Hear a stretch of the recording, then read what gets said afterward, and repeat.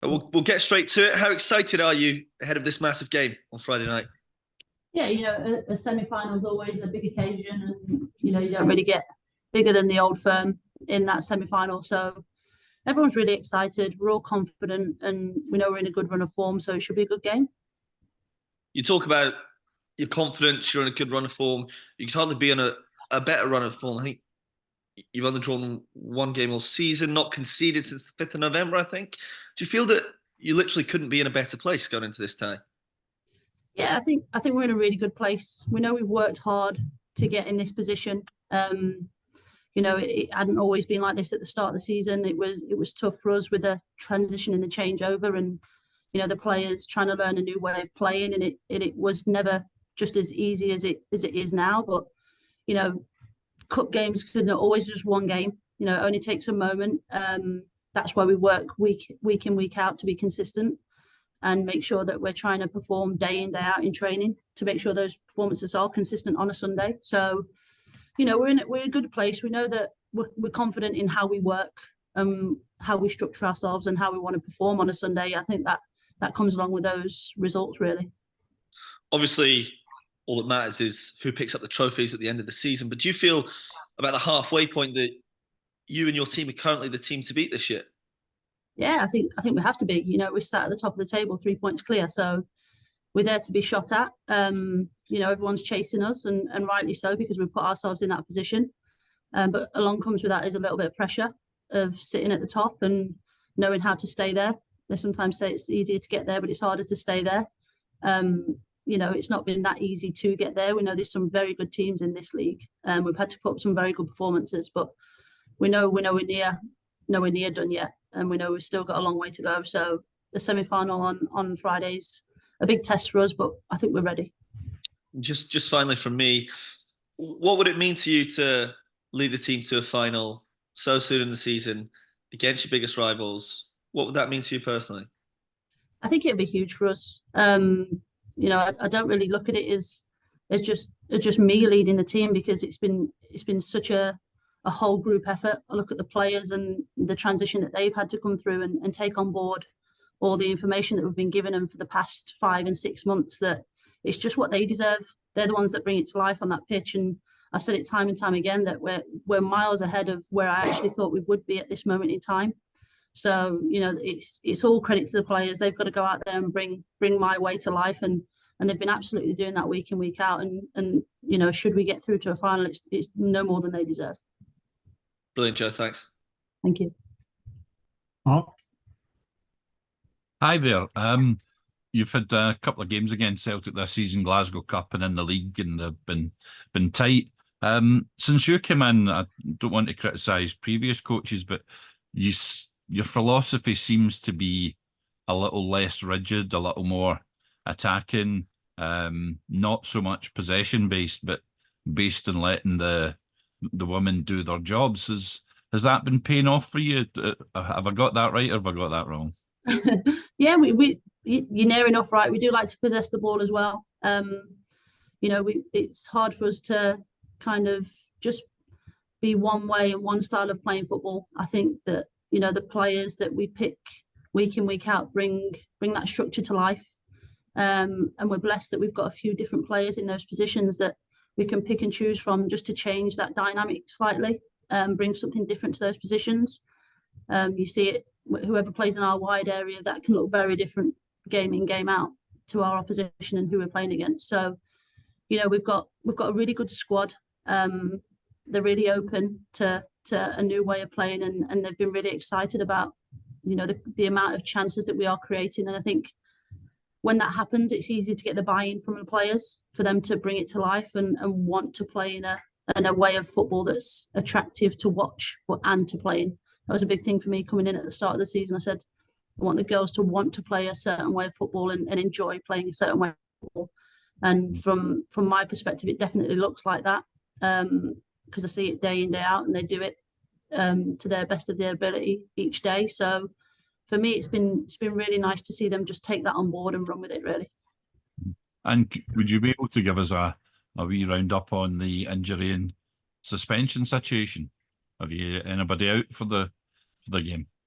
We're still looking at a couple of players today and maybe in the morning. So yeah, we're looking okay at the moment. I don't want to say too much too soon, just in case it changes all in the morning and then you say that's not what you told me. So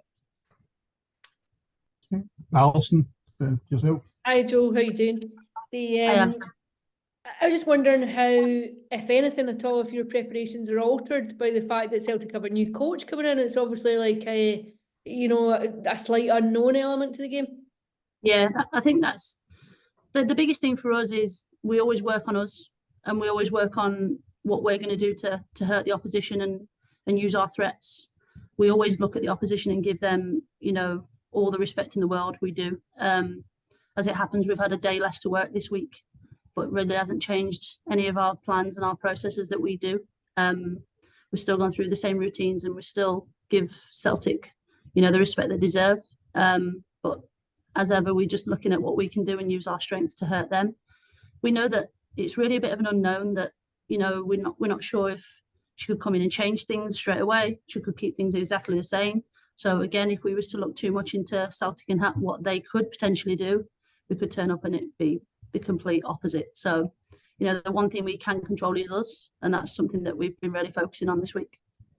Psychologically, do you feel as though you have the upper hand, just the way that previous encounters have gone this season against Celtic? I think Fran Alonso, I know he's away, but it said that last game between yourselves was the worst he'd seen Celtic play in his whole time there. You feel as though you just have an edge over them just now? We could do. I think with the league position and the victory last time out would play into that hands, but sometimes it's being the underdog is the best position to be in because you've got really nothing to lose. And we know that we've won nothing right now. So yeah, they could see themselves as the underdog in this moment and see us as favourites, but as I see it, this is a Rangers Celtic game and anything can happen really. And, it doesn't really matter who's in form coming into these games. These are games that everyone gets up for no matter what form you're in. So we need to make sure that we're concentrated throughout, making sure that we're on our game from the get-go, and hopefully it should be a good one. It's just a bit of a tangent from me to round off on. I know you've done a bit of punditry work yourself before you're in coaching, but what do you make of all the Joey Barton situation just now, and just how long it's been going on for, and the fact that he seems to be allowed to have this platform to continue to keep going? Yeah, I think it's, I try not to listen too much to it. It becomes that irrelevant that I think that it's just becomes, he won't get that much traction for that much longer because he keeps changing angles that he's going at every single time. And for me, it just becomes a little bit laughable that, we can't really take that seriously. I don't listen to anything that he says and takes it seriously because at the end of the day, it's just an opinion again.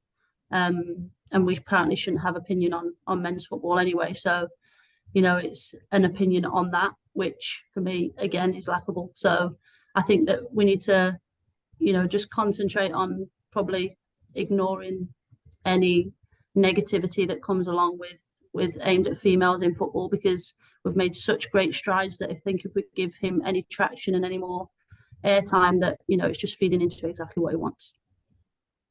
Thanks, Joe. Okay, let's get the last couple of questions, please, guys. That's Joe. What will Liv McLaughlin bring to the team?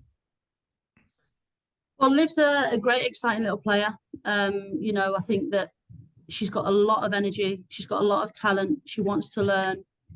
I think coming from a very good team down in England that's been fighting for being high up the WSL now for a good couple of years, and she's had a great upbringing at Birmingham before that. So we know she's coachable. We know that she picks things up very easy, and she just wants to play football.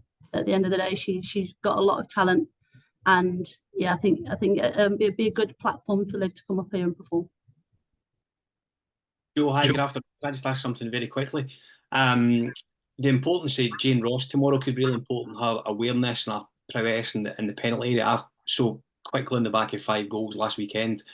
You'll be hoping that if she's selected tomorrow, she could be a difference maker. Yeah, Jane's experience and knowledge of the game is second to none.